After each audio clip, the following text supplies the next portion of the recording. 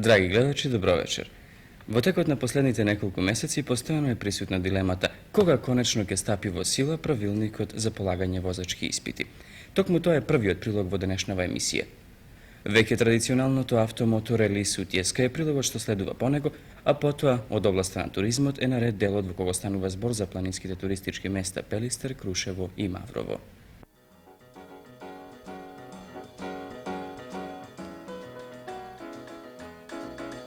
Во рамките на новиот закон за безбедност на сообраќајот на патиштата, кој е во сила од јануари 1975 година, при крајот на месец јули ќе стапи во сила правилникот за програмата и начинот на полагањето на возачкиот испит и на проверката на знаењето заради издавање возачка дозвола.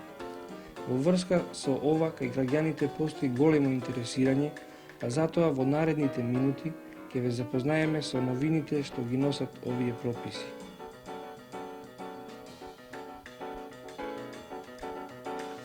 Новиот закон за безбедност на сообраќајот на патиштата во основа треба да им помогне на граѓаните како за нивна безбедност, така и за нивно поактивно и поодговорно вклучување во сообраќајот. Еден дел од законот го регулира и прашањето на возачките испити, а новите прописи кои ќе стапат во сила во втората половина на јули ќе ја регулират програмата и начинот на полагањето на возачкиот испит, како и проверката на знаењата заради издавање на возачка потврда.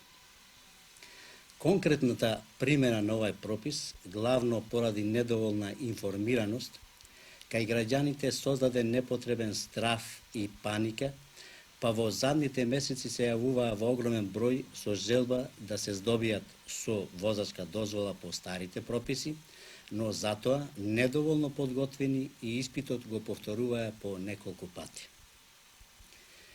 Оваа состојба на одреден начин ја создаваа и одделни приватни инструктори со цел да привлечат што поголем број на кандидати за обука и користејќи го малиот број на возила при неколкуто автошколи во Скопје, тие ги диктираја и цените на услугите. Во текот на минатата 74 година за полагање на возачки испити беа пријавени 15.056 кандидати. Од нив со возачка дозвола се здобија 2513 граѓани. Оваа година, само за првите 6 месеци, заклучно со јуни, со оние што неколку пати се јавуваат на испит, тој број достигна 11.089. Вака, големиот број пријавени кандидати предпоставува само желба што побрзо да се дојде на испит и да се фати некој ред, без да се обрне поголемо внимание на нивно поцелосно оспособување и овладување со теоријата и практиката на возењето. Како резултат на тоа, нормално е што и покажаните резултати се незадоволителни, па дури и загрижувачки. Од 11.000 пријавени кандидати за првите 6 месеци, возачкиот испит го положија 1744 граѓани.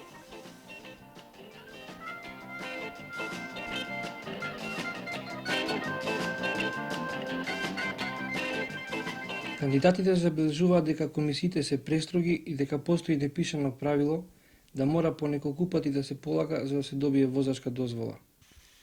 Тоа се сосема произволни невистини на оние што сакаат без многу труд да се здобијат со возачки дозволи, па своите грешки единствено ги припишуваат на членовите на испитните комисии. Можам да кажам дека испитните комисии, иако се малубројни, вложуваат максимални напори да им излезат во пресрет на кандидатите. На сите кандидати им се укажува на грешките и им се препорачува на што повеќе да посветат внимание во иднина. Сакам да напомнам дека во текот на месец јуни секојдневно на испит се јавува и по 200 кандидати. Тоа бара максимални залагања, бара такт, педагошко и стручно согледување и советување на сите кандидати. Тоа го остварувавме со несебична љубов кон професијата а и со особена одговорност на сите членови на испитната комисија, кон материјата и кон кандидатите. Колку тоа бара одговорност, ќе го илустрирам и со податокот дека во Скопје дневно се случуваат и по 15 сообраќајки. Па идните возачи ќе мора да покажат на испитите дека се способни да се вклучат во динамичниот сообраќај на нашиот главен град. Како сега ќе се полага возачкиот испит?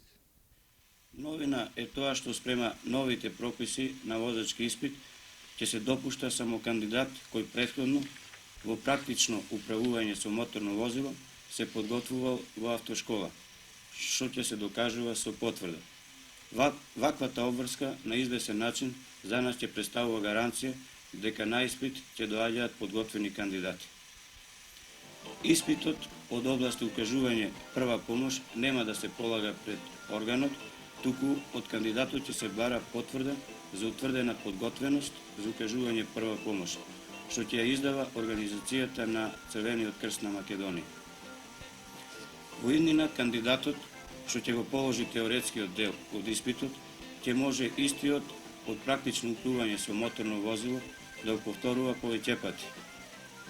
Не како досега само 2 пати, во рок од 3 месеци, а во интервали кои не можат да бидат покуси од 7 дена, што ќе биде во зависност и од приливот на кандидатите.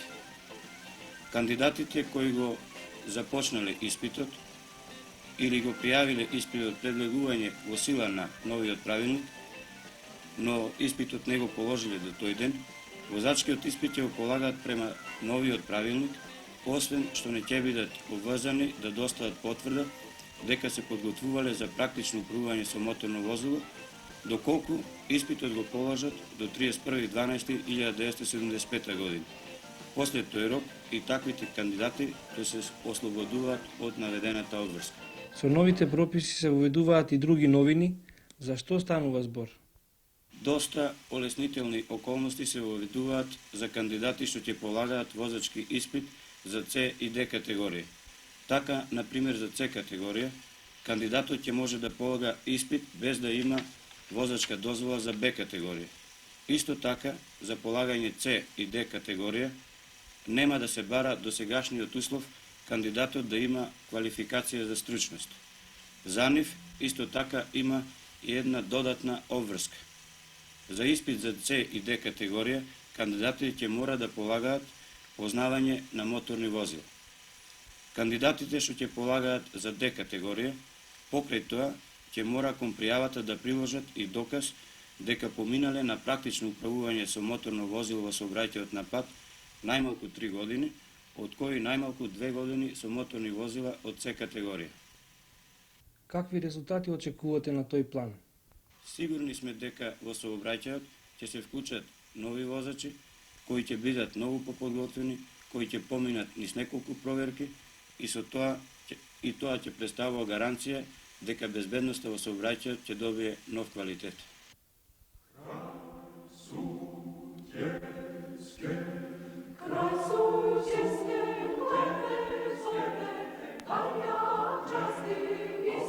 Во почетокот на овој месец, по повод денот на борецот 4 јули, на легендарното тиентиште по 11 пат се сретнава учесниците на автомоторелито Сутиеска 75. На оваа најголема автомобилска манифестација во нашата земја учествува околу 1500 автомобилисти и 150 моторциклисти од сите краеви на нашата земја.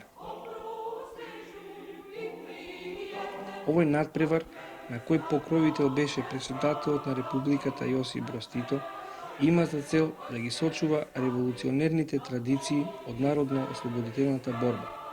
Исто така и што од поблиску да се запознаат историските места кои станаа значајни и славни во прошлоста на југословенските народи и народности. За импресиите од надпреварот и тиентиште ќе говорат неколкумина учесници од Републикава.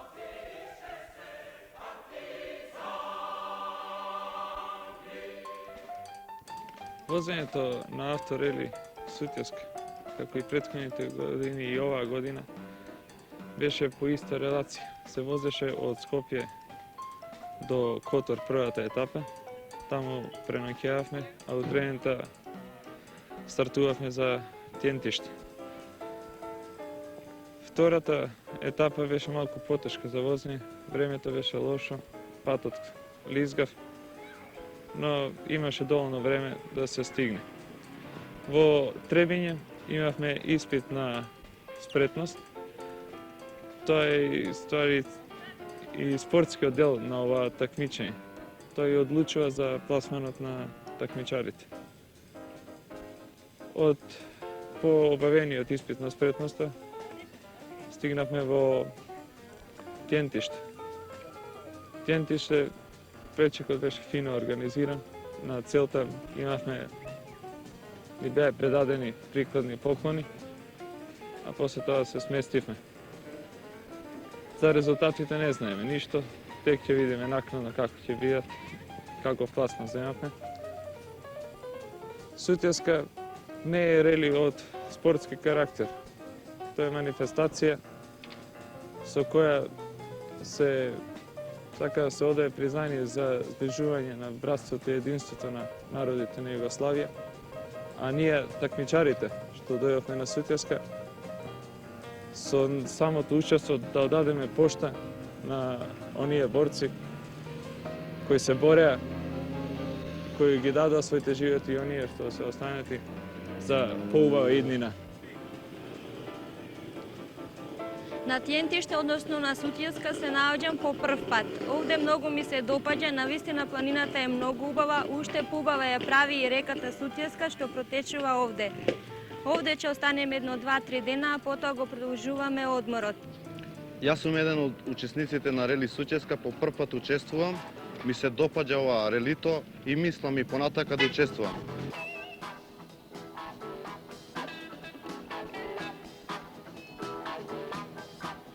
Ново авто, мотор рели, прв пат доаѓам. Макар да поминаме многу тешко по пат, дождови, многу не импресионира Сутјеска, пошто прв пат идеме, нејзините убавини и се тоа што поминаме лошо по пат, со наградиве, со скромни награди и пекар не, значи ни даде потик за до година да дојдеме пак. Имав повеќе среќа да го освојам првото место во генералниот пласман, бидејќи највише освоив бодови. До година пак ќе мислам да доаѓам на Рели Сутјеска.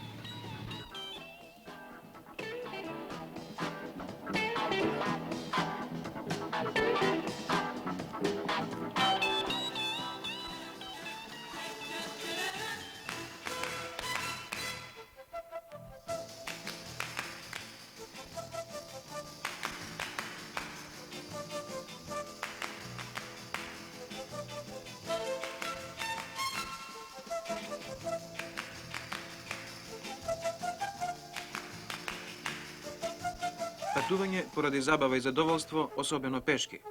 Некогаш сме го чуле тоа дека другите го наречуваат со еден збор туризам и сме го прифатиле, па така и кај нас се одомакило и веќе го чувствуваме како свое.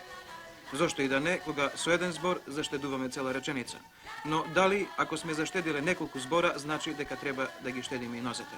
Излегува дека е така, зашто барем досега задоволството и забавата сме ја прифатиле, меѓутоа не и одењето пешки. Користиме се, измислуваме секаква забава, секакво задоволство, а при тоа гледаме некако да го избегнеме пешачењето, кое е било основа за задоволството, барем што се однесува за значењето на зборот туризам. А потоа, кога е најтешко, се мачиме да измислиме како да ги симнеме наталажените килограми, кои сега нозете се потешко ги носат, а ние во почетокот сме мислеле дека на тој начин некако им олеснуваме на нозете, дека ќе им биде полесно, или пак и воопшто не сме мислеле. Ако не, тогаш размислуваме сега, кога динамикава на животов не одделила од пешачењето, не оддалечила од сево ова.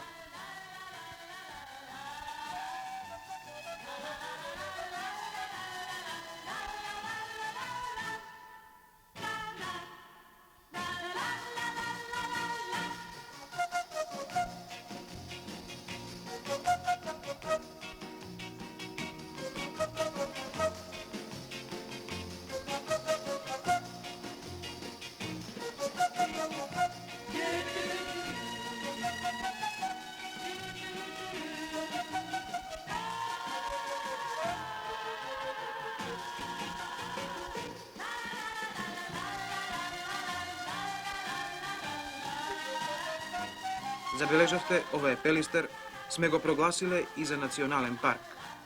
Навистина и заслужува, зашто еве го прекрасен е.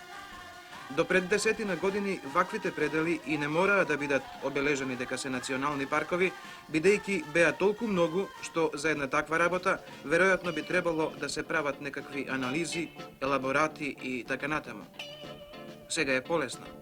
Едноставно затоа што се малку. Ако сакаме да се вратиме на вистинското значење на зборот туризам, односно на рекреацијата, задоволството, забавата, а со тоа и на пешочењето во повеќето случаи, најмногу ќе ни помогне, се разбира, не и единствено планината. Ете затоа дел од оваа емисија и посветуваме на неа планината, односно нему на планинскиот туризам. Бидејќи за еден ваков туризам, кога помалку веќе и го забораваме, не е потребно кој знае колку пари, барем не колку за изградба на хотелите од највисоките категории и сето она што следи со нив, затоа за овој Пелистер, што нема изградено доволно ни патишта, ни хотелски капацитети, за да има туристи колку што имаат во летниот период другите планински туристички места, ете затоа сметаме дека не е потребно да ги споменуваме бројките. А што е потребно? Па најверојатно потребни се најнеопходните работи. Да има покрив, под него вода, се разбира и струја, а сето тоа да е снабдено со се што е потребно за исхрана. Па поголем комфор и не е потребен, особено не за време на одморот, зашто комфорот кого за тоа време го бараме е овој. Меѓу другото, тој и најмалку чини.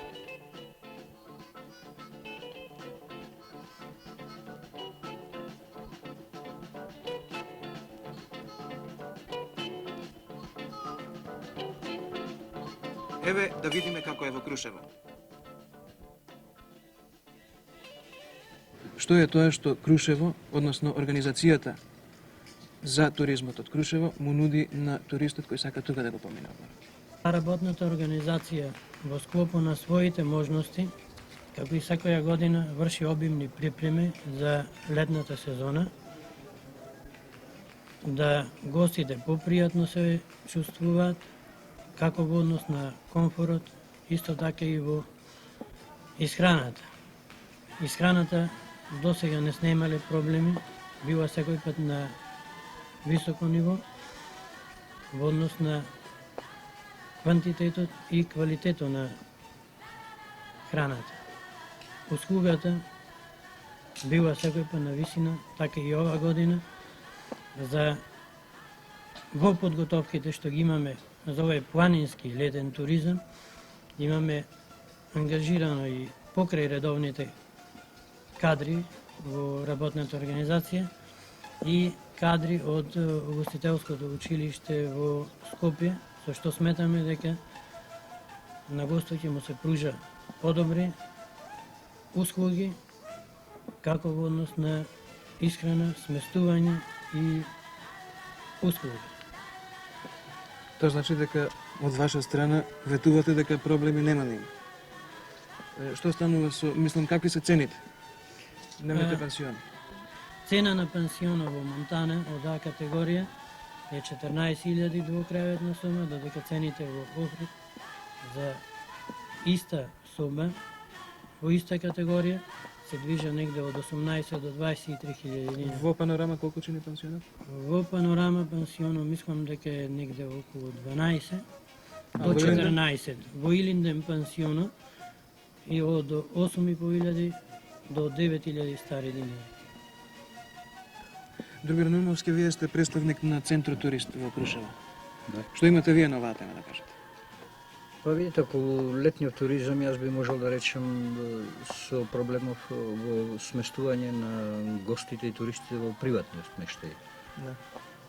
Пред се сакам да нагласам дека ние секогаш имаме места слободни во градот. Располагаме со преку 1000 лежаи. Цените се доста пристапни, така што се движат од 30 до 35 динари и уште додатно со 2 динари туристичка такса. Иначе гостите кај нас се сетуваат многу добро ради тоа што ние имаме многу убави излетнички места. Тука имаме Вештачко езеро, кое ни е порибено со Калифорнијска паструнка. Тука ни се 10 дена Крушевска република, што во неја имаме доста манифестации за тие 10 дена. Имаме летна сцена, на која летна сцена имат 1150 седишта. Тука го имаме излетничкото место, Мечкин камен. Тука е Буковата и шума, мислам. Да, впрочем за тоа и Да. Крушево е едно од туристичките места на Јас мислам, Македонија која е најпозната. тоа е убавината во Крушево. Тука се познатите наши музики, хотелите со нашите тераси, што секогаш ги имаме секоја вечер. Така да ете тој културно-забавен живот е сепак на ниво. А во ствари, највредното кај нас со на излетничките места, што и со тоа можеме да се пофалиме дека е кај нас прав одмор за секој кој ќе дојде во Крушево. Тоа е таа воздушна бања. Да. Добро, што станува на крајот, да кажете, ако сакате, со ангажманите? Има ли место секој што сака да дојде? Секој кој што сака да дојде во приватен смешта има место. До денеска ние да не сме вратили. Секогаш има место. Во хотелските капацитети?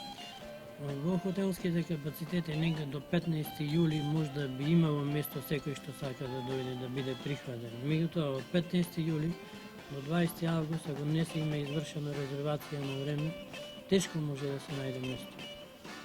И на крајот некои тешкоти и некакви проблеми? Проблеми нешто ги немаме, поголеми, решен е проблем и со водата. До миналата година имавме проблем со вода, тоа што бевме за угостителство е најголем кикс. Од средината негде на летната сезона во претходната година проблемот со вода е решен.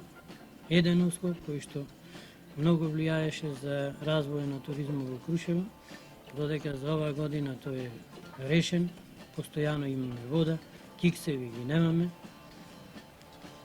Така вие нешто да дадете имате? Па, во ствари тие се проблемите што и вода и ден денеска уште нема во градот доволно. Само сега се прават напори некои води да се донесат за летово да ги имаме. И тоа што се однесува за снабдувањето во трговијата долу, сме доста на ниско ниво, така да е една трговска мрежа, ето едно трговско предпријатие, кое не секогаш ни донесуваат сите артикли што ни требаат. Само се надеваме дека и тие годинава ќе бидат поефикасни и ќе секогаш ќе интервенираат со потребите на градот. Хотели почнува да има.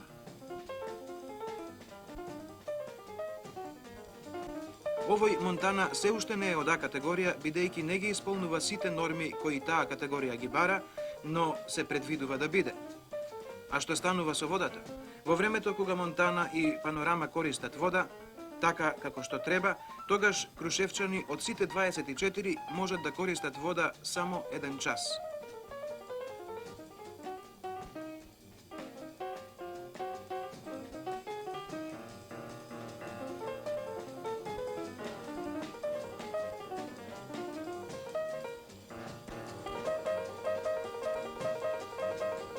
Се разбира, нема да го испуштиме ни Маврово.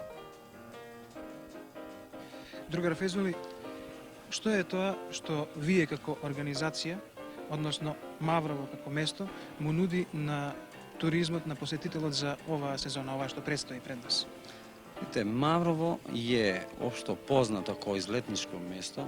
Прво нуди една прекрасна убавина природна, која општо уште не е загадена, што ми се чини да е тоа најважна за сега, во смисол на општа динамика на индустријата. Друго, со патот кој се пушти даде во потреба Скопје-Тетово, да исто така се зближи, као први услови сметам да би биле тие. Да, сега е поблиску до... Да се дојди до Маврово.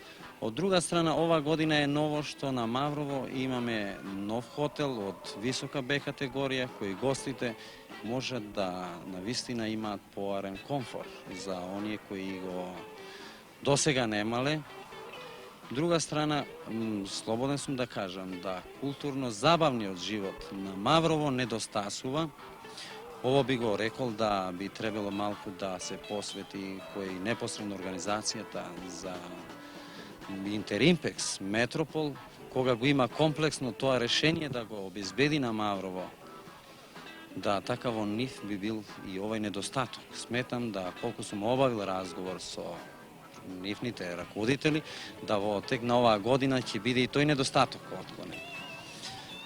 Од ова што досега сте го направиле, што досега сте го организирале и изградиле, што е се ангажирано, каква е посетата, какви се барањата да се дојде? На Маврово за сега ово што има, лежаите кои се општествени, воопшто не се да задоволат потребата, колку постои интерес за да се дојде. Малку се, недоволно. Недоволно е за лежај. Ми се чини угостителски објекти да за исхрана сепак има, меѓутоа не се доволно проектирани да за нив треба да има повеќе лежај. Сметам да во оваа година да исто Интеримпекс има во план да изгради за 250 уште лежаи со кои ќе биде и... Тоа значи дека за оваа сезона, веќе ова што го кажавте, тоа е се. Е прифатено и мисли че ќе дојде до реализација. Сигурно дека секој пат со работата следуваат и проблемите. Кои се вашите? Па видите, наши проблеми се више во смисла на оваква брза динамична изградба. Ние од инфраструктурата која сме ја досега постигнале, цели овај регион е урбанизиран со подлоги, така да е недостаток во смисол со инвестициите, да можеме да побрзо ја реализираме на средства. Друго проблем се создава уште на Маврово, што претежно преовладеала индивидуалната изградба, доколку обштествената. Сметам да би требало да биде апел да више стопанските организации го најдат местото во смисол на нивното постојано работење и заштита на човекот. Масовното одмарање. Ја ми се чини тоа општо друштвено би требало да биде. Рече се кај сите туристички места, кај сите угостителски места, една од главните тешкоти е услугата. Односно, сигурно тоа заедно е поврзано и кадар. До сега, навистина, не можеме да се пофалиме. Меѓутоа и да застанеме, не, сме уклопени у просекот во една средина на нашиот квалитет. Меѓутоа, општа е акцијата да и се надевам за оваа година да ќе биде, за разлика од минала година, далеко поболшан квалитетот, да гостинот кој ќе престојува на Маврово сепак ќе осети да не треба да ги троши живците, отколку да осети малку да има одмор во... Да се надевам дека ќе биде така. Ја мислам да сосем ово ќе го оправдаме.